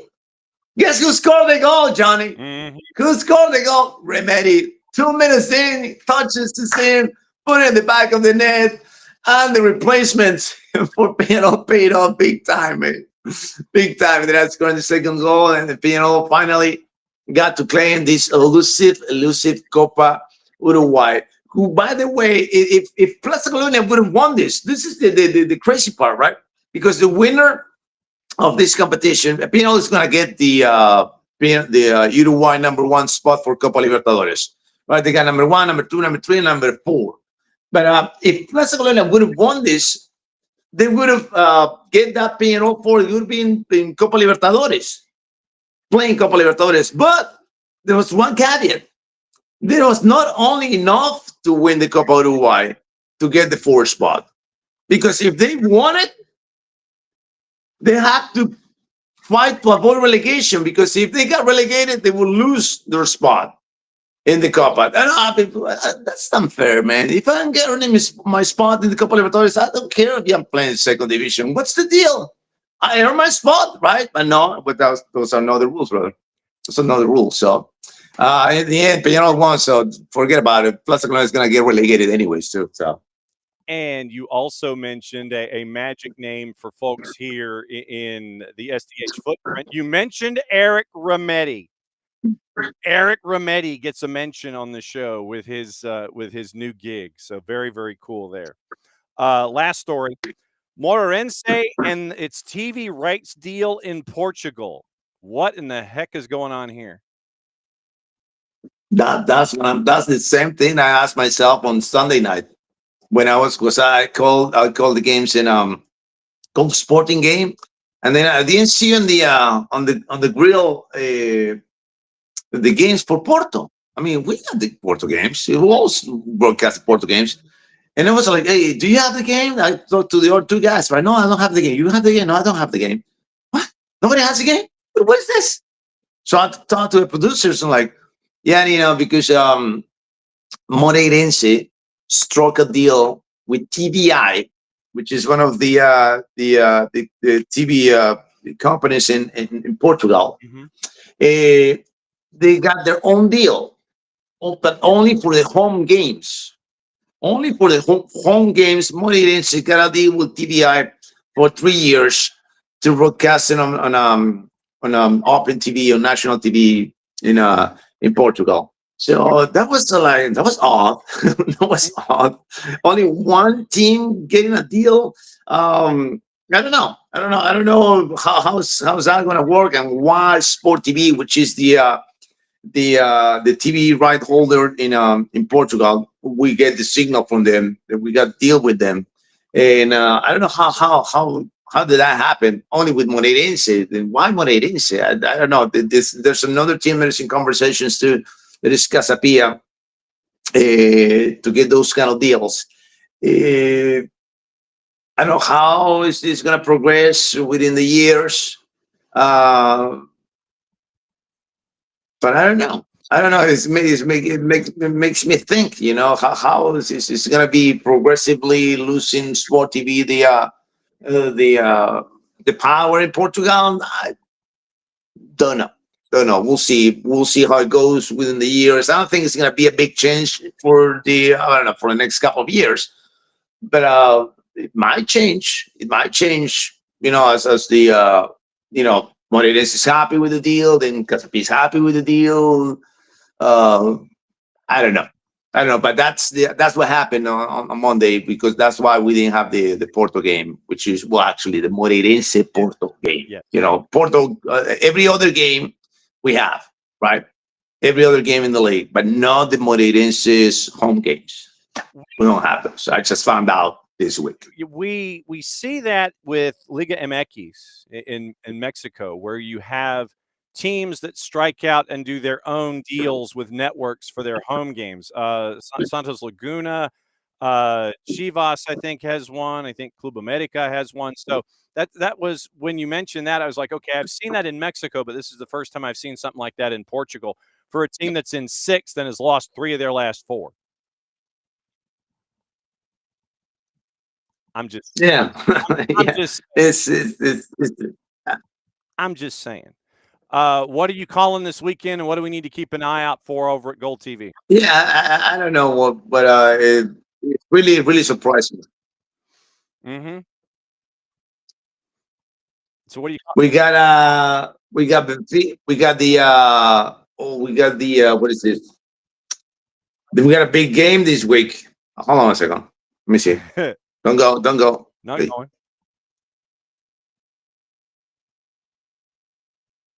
He's checking his sheets. Yeah, we got a Clásico. We got a Clásico on Sunday. We got Porto versus Braga on Sunday. Yep. We got the Benfica game tomorrow. I mean, on Saturday. We got Uruguay tomorrow night, and Saturday night. I'm got a Monday night soccer too. I'm going to be fully loaded. I'm just not happy because I don't have the last game of the season for Universitario Deportes next Friday. Ah, man, I didn't get that one, but it's okay. It's all right. It's all right. Yes, Benfica. Yeah, but that's good because I might have the chance to go to the stadium, so that's even better. I guess. Benfica's favorite at Vitória Guimarães on Saturday. Porto is favored at home at -192 with Braga.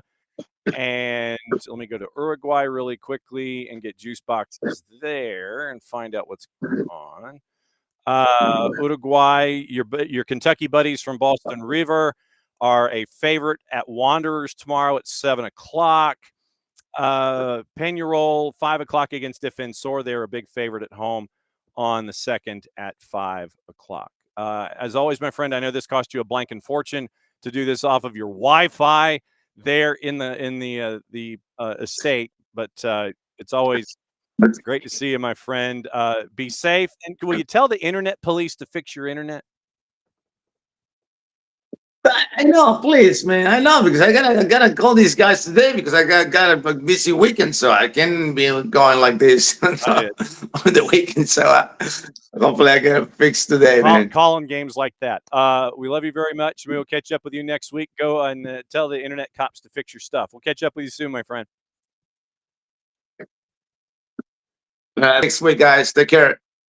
All right, there goes Nino Torres from GOLTV. And like I said, I mean, Nino to me gets absolute full credit because he stuck it out the whole time off of his hotspot and was trying to get a signal out of Lima, Peru to do this segment because he dialed in. Because I get a notice in my ear when he dials in, so I know when someone comes into the waiting room. Comes into the green room. I heard him come into the green room. And it was like right at 10 o'clock, and then he dumped. And so I'm imagining that he was trying to figure out, okay, how do I make all of this work? And so then 3 minutes later, he comes back in, and you saw what we were fighting with audio lag and video signal and all this kind of stuff. But yes, if we could make a plea to the Peruvian internet police to make sure that his stuff is fixed, then we could please do that. So literally we're calling it the PIP, the Peruvian Internet Police. So the PIP needs to get off of their BUTT and fix his internet. We need to do that because man's got work to do. And he's got games to check, he's got games to call, he's got stuff to do, and we need the PIP to sit there and figure it out. because I'm sure that phone call cost him a fortune. Anyway, it's always great to catch up with our friend Nino Torres, find out what's going on down in Peru and South America and all the points in between. And remember, GOLTV, you can get that at fntz.co/soccer down here. And what you can do is you get all of the things, like right now I'm watching, and what Fanatis has, they have a Sportia on Teise. They have the Premier Paddle Circuit, which I think is on the BNs. You get all the BNs, by the way. Liga 1 Max, Liga 1, BN en Español, Teise, GOLTV in Español, TVV. You get matches from Tigo Sports, CA Sports, CATV, Canal 4, all of them. You get LPF, you get Argentina, you get Uruguay, you get all of it. All in one place at Fanatis, fntz.co/soccer down here.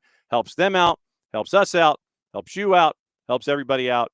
It's a no-lose situation. You get all the stuff squared away there, and it's like I said, I literally have, because of everything going on in South America and South American football, I'm to the point to where Fanatis is pretty much dialed up for me 24/7 on one of the monitors, so I can keep an eye on everything and find out what's going on. Once again, coming up around the corner, it's Thursdays with Niko Moreno from Pulso Sports and Sounder at Heart, where we get to break down everything going on from a Pacific perspective. He joins us from his studio space in Seattle. Dude joins us at 7:30 every freaking Thursday. I mean, I know that he has family stuff to do and all of that, but I mean, the fact that he is up and running and ready to go at 7:30 on a Thursday morning local time to talk about anything and everything Major League Soccer is full testament to the man and his however many cups of coffee he's in on the day. So, I mean, it's like I said, I give him a boatload of credit. He's a braver man than I, and it's always great to catch up with him and find out what's going on his brain. Obviously, we'll talk about what happened last night, and we'll work our way backward to get us into match day 2s and what he thinks about everything going on in Major League Soccer and the postseason as we have it after match day 1s, getting us ready for the 5 matches on Saturday and match day 2. And then you end up with another couple of matches. You have the 2 matches on Sunday, one of those involving our friend Chris Doran, where Hella's Real match day 2 is up. And then you have the late game. And then you've got Minnesota and Seattle on Monday to wrap up match day 2 and lock that all down and get you ready for match day 3. And we'll find out who has survived match day 2 and is getting us ready for match day 3. So we'll find out what's going on there with Niko Moreno. And if there's anything else that is bugging Niko as we go, we will catch up with that and get that squared away as well. So trying to see if there were any other stories that I might have missed. So we mentioned Ajimang. Enzo Maresca was not happy about the red that was shown by Liam Delap. And the second yellow, it was a pull down, and it was worth the second yellow. But getting the first one, you're kind of, dude, why are you putting yourself in that situation? Celtic beat Falkirk yesterday. Martin O'Neill is back as your caretaker manager, although he thinks that Hearts are going to win the league.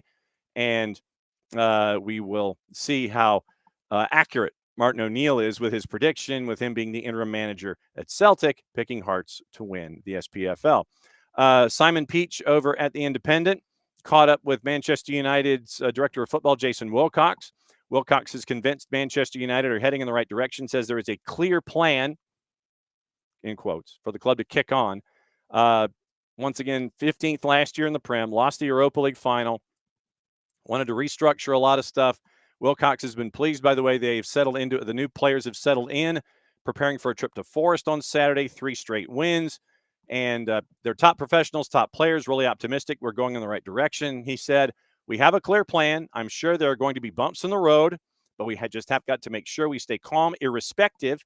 Thank you for using the proper word of the noise outside. Spoke to club media, says we've got a clear plan. We know what we've got to do. We know the areas of the team that we've got to improve for us to get in the top 4 and consistently challenge for Champions League places, win Champions Leagues, win Premier Leagues. We've got to invest in the squad. We've got to buy the right players who are talented, but also who can deal with the pressure, who can take the squad forward. It's not always just about signing elite talent. They've got to have the right character and be somebody who can bring something different to the team. Really happy with where we are. We know we've got to improve, and the players will never be satisfied. Ruben will never be happy. I'll never be happy. It's just how we're built. We're always looking to improve. Anybody who works at Manchester United should be thinking the same, and they do, with the standards we are driving every day. So Jason Wilcox, to the assembled media, is quite pleased with the direction they're going. And Arne Slot was asked about team selection. He made 10 changes to the team that lost to Brentford in the Premier League and for the matchup against Crystal Palace. And he stood by his decision to make those changes, despite they're now losing 6 out of 7, bowing out of the Gummy Bear Cup. And they won the Community Shield on penalties in the meeting at Selhurst Park Wednesday evening. Now you have the Eagles getting the best of Liverpool for the 3rd time this year. Ismail Assar had a first-half brace. Jeremy Pino scored his first goal for the club, 3-0 fourth-round win after Amara Nalo was sent off. And Nalo's red was definitely warranted. That created the situation, them playing for a man down. But Slut's decision to make 10 changes leaves stars out of the squad. According to Simon Peach at The Independent, backfired. That was the verb he used at Anfield, but the Reds boss does not regret his choice to prioritize the upcoming run of fixtures. And speaking of which, you have a run coming up for Crystal Palace where they are playing 4 matches in 8 days because of their successes. 4 matches in 8 days. That's what you got. Yeah, Abby, absolutely. She's definitely tech savvy. I'll give him that. Let's see. So let me see. All right. So morning, Abby. Morning, Ricky. Morning, David. And yes, Michael. Yep. The salary numbers did come out, and salary spent and dollars spent versus return on investment was not very good. Gillespie, you wanted to know about Ricky, wanted to know about Pedro Gillespie. So let's get into the stats there and find out where Gillespie was in statistics now that I'm circling back. So league leaders, player stats, let's see, key passes, club stats, goals, passes completed. I need defensive stats is what I need. Player stats, club stats. Okay, so player stats. All filters, all clubs, keeper. Apply filters. Okay, so here we go. If you would please apply the filters, but you still give me the scoring numbers. I don't want that. Give me my applied filters. It's like I want all the keepers and the stat filters. General goalkeeping. Here we go. Okay. So let's see. Gillespie, 32 matches, all starts, 2,880 minutes, 8 clean sheets, which puts him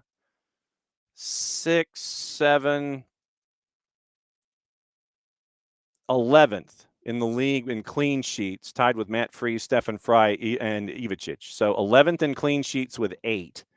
You had Takaoka with 13, Kalina with 12, along with Hugo Lloris, Coronel, CJ Dos Santos, Dane St. Clair, and Celentano with 10, Willison, Stuver, and Blake with 9, Freeze and Fry and Ivicic and Gillespie with 8. So you end up with 8 clean sheets for Gillespie. Goals against, doesn't really matter. Goalkeeper saves. Gillespie was 6th in saves with 105 after allowing 49 goals against, which was tied for 4th, and with Brad Gazan and Cabral in RSL. So Pulskamp, Brady, D'Souza were 1, 2, and 3, tied for 4th. Cabral, Gazan, Gillespie at 49. And clearances on the year, he did not have a whole lot of clearances. Toward the bottom of the list in clearances, and I mean like virtually none. He had 7 clearances, and no, it's keeping statistics. Goodness gracious. I want goalkeeper stats. I don't want defender stats. So literally get this. So you end up with, I'm trying to get filters for clearances for goalkeepers. And you get clearances for keepers, and literally it gives you folks that make no clearances and are position players. So it's a flawed stat. But anyway, Gillespie top 6 in saves, and goals allowed was 49, and it's that time here on a Thursday, where it is 7:39 in the morning, and and Niko is going in reverse. He's going in reverse because traditionally early morning, you're wearing a hat. It's early morning in Seattle, and Niko is not wearing a hat. Obviously, everything is locked in with the lettuce and the awakeness to where you don't need a lid at 7:39 in the morning. Dude, you are braver than I am. That's all I can say. Hey, what's going on, guys? Not too brave because what I spent on the hair, I could have spent on having some tech issues with the lights, but they're back on. We're good. We're ready to go. Did I hear you talk Galesa, by the way? Is that what we were talking about? That is what we were talking about because Cesar Luis Merlo announced this morning, and it is a report. It is not news from the purple team yet. But Cesar Luis Merlo was the second individual to say that Pedro Galese will not be staying with the purple team. And there are two teams that seemingly are either interested or I forget the phraseology that might be kicking the tires on Galese. One of them is Messi and Friends, and the other might be Atlanta United. Like I said, these are reports, piecing stuff together. But Cesar Luis Merlo reported before we went on the air this morning that Galese and the purple team are no more. So they are divorcing, and so now it is up to El Pulpo to figure out who wants to pay him a 7-figure salary like the purple team did last year. I think full salary was like $1.25 million. So Galese apparently on the market for 2026, and he doesn't want to go home to play because of the political situation currently, and so he wants to stay in Major League Soccer if he can. Look, I don't want to, disrespect somebody like Merlo, but I think that just about everybody knew that Galesa was not going to stay in Orlando. And let me go ahead and stop you with the 7 figures. There's no MLS team that's going to pay him 7 figures. Mm-hmm. Plain and simple. Galesa is no longer a top 10 goalkeeper in MLS. He's lost more than one step, maybe 2 or 3. He's had one of his worst seasons with Orlando City. Look, he is a goalkeeper that did a lot for Orlando, and he's a goalkeeper that I've followed and respected and enjoyed in MLS. Great shot stopper, good up with his feet. But the reality is that he is not worth the $1 million plus that salary that he currently has. You look at the rest of the goalkeepers in MLS, and there aren't many that are getting paid $1 million, and most of those have a better save rate, a better overall body of work. So yeah, look, I know that Atlanta is one of the teams that are interested in Pedro Galese, and that's obviously I had no idea that Merlo had said that, but yeah, sure, that's something that we'll be following up on. My own ends. I also know that San Jose had been thinking about a player like Pedro Galese, that he is a guy that they had targeted in the past or looked at it. So, there are teams that are willing to bring on a goalkeeper like Pedro Galese, but the reality is that he is not worth $1 million. Not anymore. Not when you look at the way you're supposed to build a roster in MLS with the salary caps and everything that you need to put together. It makes no sense for you to spend that much money in a goalkeeper like Pedro Galese. And again, that's not a disrespect to him. It's just the reality of, Father Time is undefeated. And of course, you can get a goalkeeper that provides you what El Pulpo gives you for a lot less. It's just the reality. Yep. De Souza Brito, by the way, is making about 25% less than Galese last season. 700 base, 742.5 was the guaranteed comp for De Souza Brito, who was higher in the stat lines for Major League Soccer keepers than Pedro Galese was. So that's I had to find that number just to kind of lay out the information, compare and contrast one to the other. You mentioned the league and financials. I want to ask you about this before we get into playoffs and things. The Lionel Messi interview that he had with Tom Yamas at NBC Nightly News, where he mentions that the league could be better if and the if was basically just open the barn doors and people can spend whatever they want and take the cap away and all of that. What did you think of his comments in that interview? And him, after he signs this new deal, he's going to be around for another 3, which is probably 2 + 1, just so they can get into Freedom Park, and then you go from there till he plays till he's 40. What did you think about those comments that he made in that NBC Nightly News interview? It was not surprising. And I mean, look, Messi's looking after Messi FC and numero uno. You know, that's all he's thinking about is me, me, me. He's not necessarily thinking about the growth of U.S. soccer. He's not thinking about necessarily the growth of the league. He's just thinking, I need to get some of these restrictions off so I can get more of my buddies that down here or people that I want to make sure that they come in and help me win a title, because I quite honestly have not been able to do it on my own. So that's the reality of it. And look, I hear a lot of people talk about how simple it is to just make the league better by just taking off the salary cap restraints. And that's not a reality. It's just, I hate people who try to simplify something that's not simple. That's a complex situation that Major League Soccer is under. And look, beyond anything that people try to stigmatize and talk about, oh, you know, that we're just trying to keep parity and we're trying to keep the league poor and keep it mediocre. Look, man, the salary cap restraints help in so many ways when it comes to getting young players, home domestic players on the field. That's the reason why the Sounders have created this systematic, you know, form of academy to make sure that you have sustainable talent from your own academies to feed your first team. If you don't need to, and you can just go out there and go buy a whole bunch of players, you're not being incentivized to put money and invest in your players and get U.S. talent on the field. And you're going to all of a sudden be Liga MX, where if you hear every single sportcast network, if you hear roundtables across the league, they all talk about the exact same thing. Nobody cares about Mexican domestic talent. It's all about bringing in players from abroad. This is just a money-hungry league, and that's why we have this awful new generation of players. And, you know, you hear Tuca talk about it. You hear El Piojo talk about it.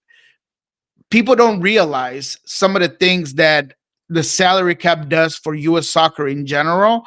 And that's fine. Everybody, you know, is entitled to their own opinion, but there are things bigger than just MLS that are being amplified and they're being helped out by the salary cap restraints. Yeah, and that's one of the things that, I mean, look, I figured sooner or later you're going to be adding that 4th DP.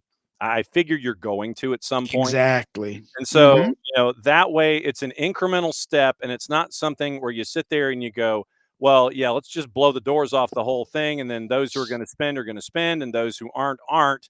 And you're going to sit there and go, well, you know, if you ain't spending, then that's your problem. When in reality, if you were to just take that 4th DP slot, just go ahead and add it, because you figured that was where Messi and friends were going anyway with their creative financing. It's like, look, just go ahead and add it. Everything will be fine. And then maybe add a little bit to the cap itself, but make sure that you add a floor as well, so you guarantee minimum spending in addition to maximum spending with that new cap when you add that 4th DP. Absolutely, John. And that is holding on to the pillars and the things that have made a league that's 31 years old, John, 31 years old, be looked at beyond Liga MX that is substantially been in existence longer, that, you know, it was pronounced as a top 10 league in the rankings by FIFA, that has grown as much as it has. You have to be able to credit and value the good things about MLS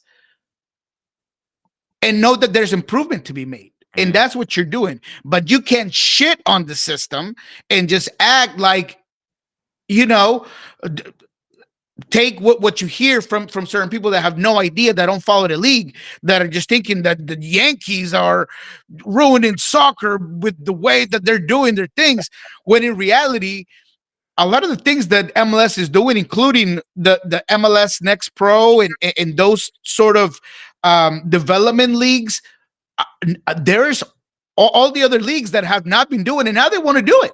Now it sounds like a good idea, right? Because the United States is getting so much product out broad, and they're starting to see what the value is. So don't give me none of that. Don't try to sit here and gaslight me that the way you've been doing it is just so much better because it's the old way of doing things. It's not. It's okay to improve. And I think that as long as MLS continues to hold on to what has been working, the things that have helped out both, not just the league, but the development of soccer within the youth system in the U.S. as a whole, that's what you need to do. Try to keep those things and continue to improve. I didn't mean to get you this fired up this morning. Yeah, man. It might be the coffee, man. It's my third cup. Oh, it's your third cup? Wow. Okay. So now I know that when you pass 2 and you head toward 3, I know that you're going to get incredibly fired up. I mean, that's I know how this goes now. All right. Because we do need to talk playoffs. And I do want to get into what happened against Minnesota. I have never seen, it's been a while, but I have never seen so many posts being hit in any PK round post crossbars than I did in the Seattle Minnesota game at the end. Goalless draw. You figured that was what Minnesota does. That's their MO, and you knew that's what you were getting into. What are your takeaways from match day 1 in that series? There's a lot of takeaways.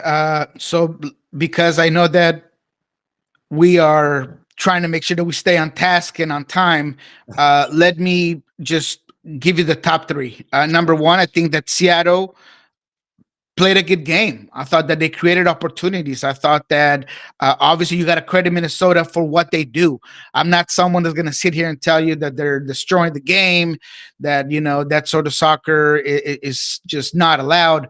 At the end of the day, it's about getting your team and giving your team the best chances to win. This is what Eric Ramsey has been doing all season. And yes, it's not aesthetically pleasing and nobody loves to see a game like this, but it works. And I think that if I was to talk to any fan and say, hey, Atlanta, if I could guarantee you that you're going to get a trophy in 2026, but you're going to be with Eric Ramsey and play Eric Ramsey ball, I think most people would be like, sign me up. I need a trophy. I don't care how it comes or where it comes from. So let's just put that in perspective. Right. I think St. Clair had a hell of a game. I thought that St. Clair was all over the field. I thought that when he came to the PKs and when he came to just the overall game, he was everywhere.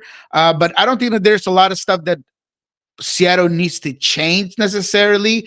I think maybe Georgie Manungu starting in at home would be nice to see. I thought Paul Rothrock did not have his best game in this one. And I just think that Georgie Manungu's defiance on the ball, his one-on-one abilities, the way he stretches out defenses, some of his creative play in a very unorthodox Georgie type of way would, you know, create some interesting opportunities for Jordan Morris, who didn't get a lot of opportunities necessarily in front of goal. He ended up creating some for Danny Musovski there at the end of the game. I don't love the 2-man setup with strikers. I know that they've worked on that. I know that they created some opportunities with both Jordan and Musovski on the field, but I feel like you can get that out of having a more hard to defend, down the line sort of winger like Georgie, because you're missing the Pedro factor. Georgie can give you some of those things. So I would like to see that starting off the game. And finally, the biggest question, the highest rate of conversations that have been had in the Pacific Northwest, specifically in Seattle after that game, is should have Bryant Metzer saved a substitution to bring on Andrew Thomas for the PKs. Okay. And that I can agree with. Okay. I really think that if you have a penalty kick specialist, someone that demands respect when it comes to PKs the way Andrew Thomas does. That has been there, done that. That did it against Cruz Azul, that did it against, have done it against some of the biggest challenges that this team has had. I think that you got to give him a shot. And if you're going to go out and you're going to be eliminated in the first round, you got to have all your cards on the table. You have to let it all out with your best of the best. And I think that Andrew Thomas gives you that. And as much as Stefan Fry is a phenomenal goalkeeper, and I still believe that he is the rightful starter for this team, he's just not good at PKs, and that's okay. That's all right. Shaq was the most dominant player in the NBA, but you knew he couldn't shoot a free throw to save his life. It's just part of the game. Stefan Fry is one hell of a goalkeeper, but he cannot. He's just not his forte to stop penalty kick shots. So I do believe that that would have been a great strategy. I will be asking Brian about it later on today, and hopefully there's a tactic that they're willing to take on, because you know the Minnesota is going to play the exact same way, and they're going to want to go to PK. So you got to be ready for that. All right, so let's take a peek at the other playoff series out west. LAFC, we talked about a little bit in hour number one. LAFC took a little while, but they got past plus 619 Austin, 2-1 on a late deflection goal. And I know that Austin was looking for an offside flag to come up, and it didn't come. So you end up with Vancouver taking care of business. You end up with LAFC needing a while before they take care of business. And then you end up with your series as well. So, I mean, you look at the rest of the West. Has anything else? I mean, we'll get into the East in a second when it comes to the activity of the home sides. But the home sides took care of business in the first go-round for the most part. But you look at San Diego, they win at Portland. San Diego seems to play worse at the Murph Dragon than they do on the road. What did you think of the other three series? Look, just to do a quick take on every single game, I thought San Diego looked vulnerable. I feel like they continue to have issues in front of goal, and Chucky Lozano cannot go back on the field quick enough. And by everything that you heard from Mikey Veras after the game, it sounds like he understands that, and he will be back on the field for that second game. So that should help out a lot when it comes to the finishing and the goal department. Vancouver, what can we say about Vancouver? Just completely destroyed Dallas. But beyond that, they're just like Mr. Randy Watson's sexual chocolate. They play so fine, won't you agree? I mean, they play so fine. They just know what to do. Everybody knows where to go. They controlled that game. They controlled the XG. It was as complete of a performance as you can have in the playoffs, and that's Dallas with all of their guys back on the field. So I just think Vancouver, and I put my bracket, by the way, on the post to come and see us right now, of course, in Soccer Down Here. I have Vancouver winning the whole thing, and every time I see Vancouver play, I just feel even better about that pick. And then Seattle, of course, it's anybody's series right now. And unfortunately, if Seattle can't break that wall at home, it's over. And if they do break that wall and they go to Minnesota, then they better be ready to understand that that wall might just thicken, and they might just play everybody and the lunch lady and the kid boys in front of that goal to just stop whatever Seattle has. So I think it's that series that is more open. The other two, I feel like they're more clear and cut, where, San Diego's going to win and Vancouver's going to win. In the East, you've got NYC going to the bank to take care of Charlotte. They did not have Will Zaha. They could not generate any offense, meaning Charlotte and Dean Smith decided that he was going to be angry at playing on a Tuesday night, and bent his plane that way in their loss. And they get to go this weekend, Saturday. They're the early game in New York. Chicago and Philly. Chicago, they hung with Philly for about 70 minutes. Then you get 2 and 5 from Philly. Then they come back, meaning Chicago, 2 goals in 10, including one from Jack Elliott late. They go to PKs, and Philadelphia ends up getting the win in match number 1. Messi and friends looked like they got real mad. First time out at the Erector set. Now they can close it out at Geodis. And then the other one is Hell is Real, the postseason version. Columbus and Cincy, I think that one goes 3. What do you think of the Eastern Conference? Yeah, those were interesting because I did have Nashville beating Miami, and Nashville just got obliterated completely by Messi and France.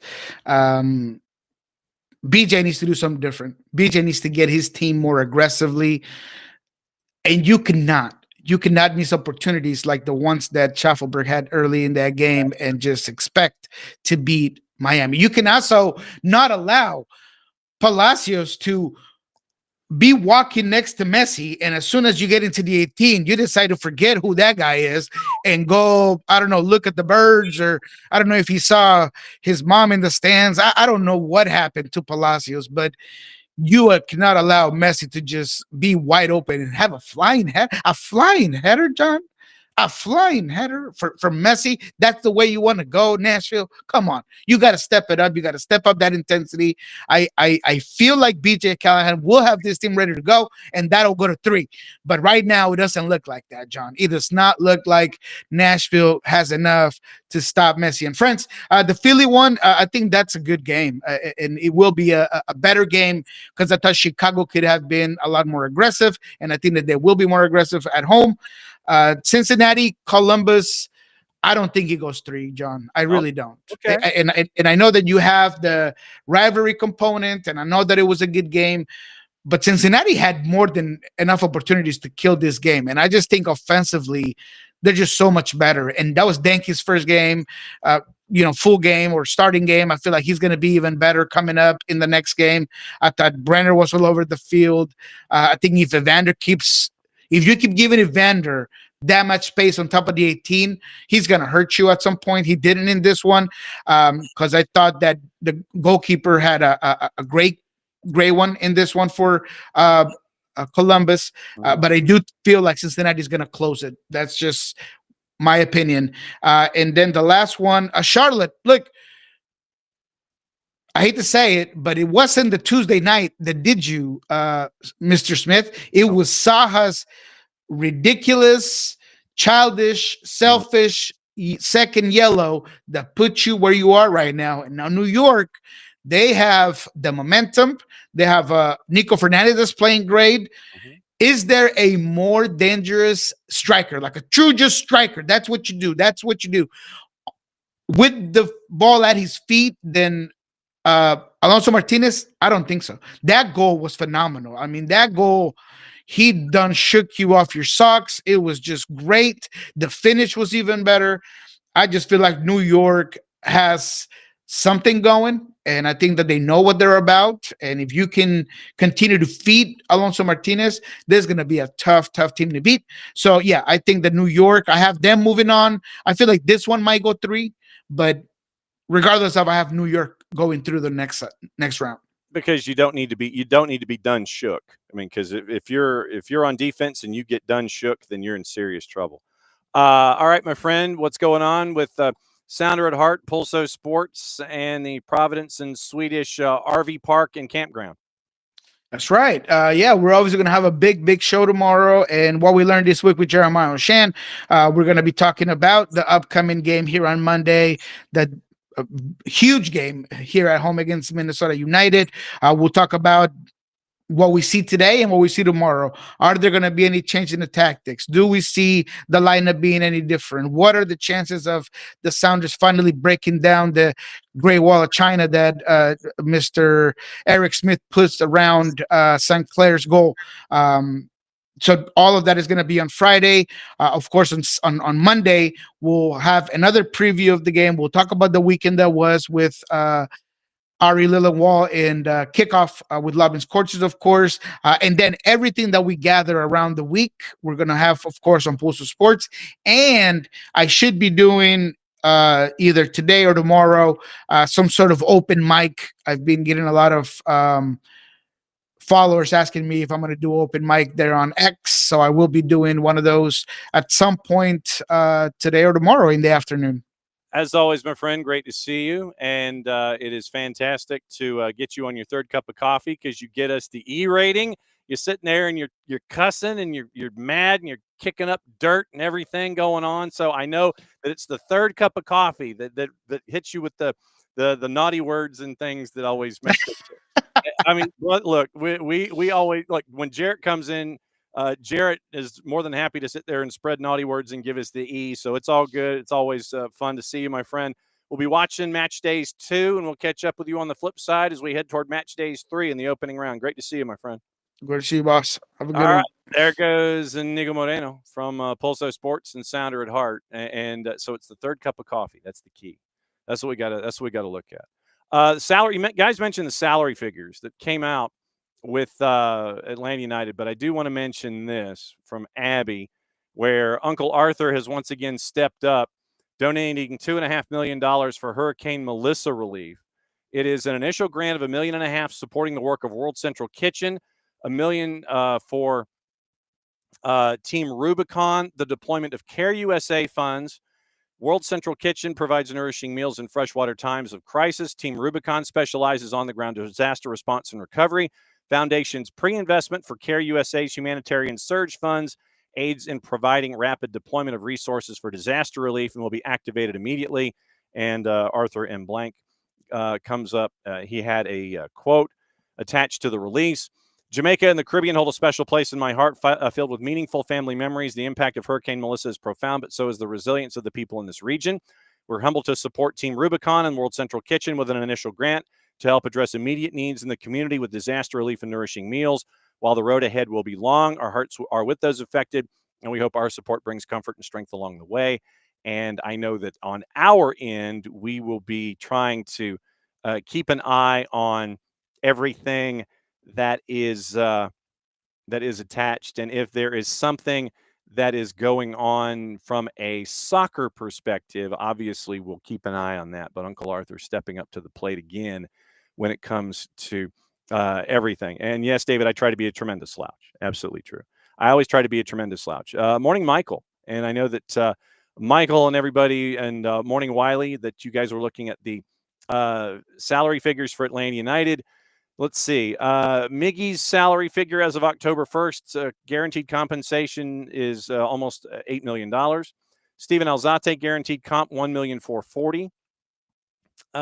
Let's see. Baracall at $1,200,000. And you had a lot who were at league minimum, veteran minimum. Luke Brennan had a minimum of at $104,000. Dominic Chongqui, a contract of $80,000. Noah Cobb at $109,000. Remember, he's on loan. Josh Cohen at $329,000, so just under $330,000. Matt Edwards was on a veteran minimum deal. I think it's $80,622, along with Leo Alfonso and Ashton Gordon. Stian Gregerson at $920,000. Brad Gazan at $312,000. Ronald Hernandez under $3,000. Jaden Hibbert, the rookie men, at $80,622. Latte Lott salary $4 million, just over $4 million. Brooks Lennon at $740,000. Saba just under $1 million. Mihai at $1.372, so $1.4. Miranchuk just under $5. Mosqueda, when he was here, $455,000. Tristan just under $600,000. Will Riley Cooper Sanchez at the minimum number. Nick Sessick, veteran minimum number of $104,000. Bart Sleesh at $870,000. Jamal at $730,000. Togashi, veteran minimum at $104,000. Rookie men for Aiden Torres at $80,622. But the largest figure obviously went to Lionel Messi, and he was at just $20 million. I think it was just over $20 million. So that was the rundown for those particular salaries. So looking at just take a peek. So if we go Inter Miami, so let's just enter Minami. That's not how it's spelled. So anyway, Jordi Alba guaranteed comp at $6 million. Allende at $1 million. Busquets at just under 8.8. Rodrigo de Paul, I guess, prorated to 3.6. Then you had a lot of folks under six figures. Lionel Messi, $20 million, 4 and 44 and 2/3. So there's got to be like a 3-year deal in there somewhere for 62, I'm guessing, somewhere in there. Then Santi Morales. They had a lot of folks that were under 7 figures. Luis Suarez only making $1.5 million. I'm guessing that his deal also was kind of very Messi-esque when it came to marketing, merchandising, etc. but they had a lot of folks under $1 million. But Luis Suarez at $1.5 million, Messi at just under 20.5 guaranteed comp or full compensation. Rodrigo de Paul prorated at 3.6, Busquets at 8.8, Allende at $1 million, Jordi Alba at 6. And so those are the highlights of those numbers going forward. What to watch, where to watch it, how to watch it. And then we'll get out of here, and then we will come back tomorrow morning at 9:05. We'll break down everything, getting you ready for the weekend, and we will have Goose was under 400,000. So Gregerson was what, at 900? Was that the number? Let's see, MLSplayers.org. So if we go here once again, resources, salary guide. Let me see real quick. So Stian, if I spelled Stian, and you get all the Christians as well. So Stian Gregerson, 920 guaranteed compensation, base salary of 800, guaranteed comp of 920. So that's the Stian Gregerson number. What to watch, where to watch it, how to watch it. Sudamericana and Libertadores going simultaneously tonight. Sudamericana's at 6, so they can get out of the way for the Libertadores semi.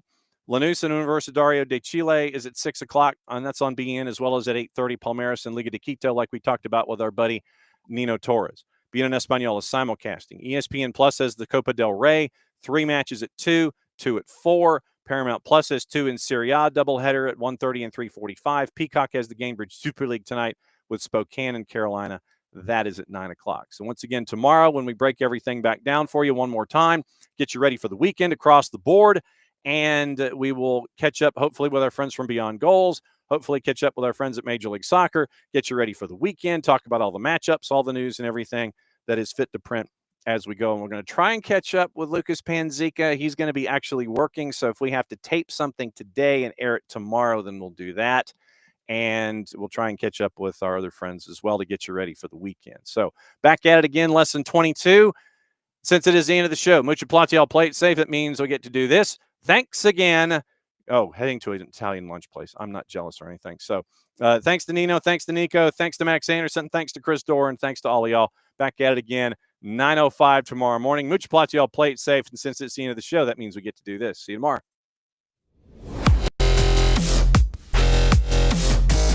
Thank you.